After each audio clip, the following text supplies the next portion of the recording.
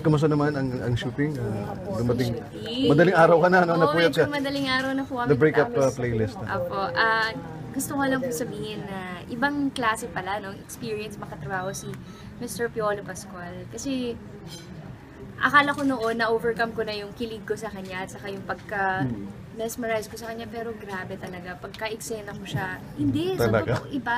Grabe talaga yung, sabi ko, Kuya Peach, hindi ka tumatanda, no? Kasi grabeng guwapo, sobrang guwapo talaga. Hindi ako nang bobola, pero grabe talaga. Ngayon, parang ngayon lang ako naka-encounter ng ganung kagwapong leading man. Hindi! Hala ka. Hindi, iba si John Lloyd. Nakasama. Ano naman yung pagkakaiba Ibig ng ko po sabihin kagwapuhan kasi ni for ni his Piolo? age, sabi niya, oh, SARS mo nga, na ako, ganitong age na ako. Mukha talaga siyang bata. Okay. At ibang Sara Geronimo naman makikita kasi dito sa The Hopefully, Breakup yan po ang playlist. goal. Which is, Sexy din? Sexy? No, mas mature, mas Okay. mature. okay. Hindi naman cool necessary. Ano yung hint ng story niyo? Nung story nung ginagawa niyo?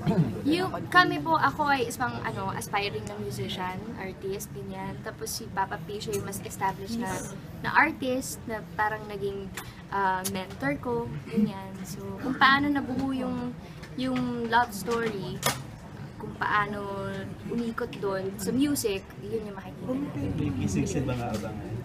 Oy, abangan nyo. Gustong-gusto ko nga eh. Kasi sa lahat hindi ka pumayag. Gusto ko talaga. Kung sakali papayag ka na. Gusto ko. Talaga. Gusto.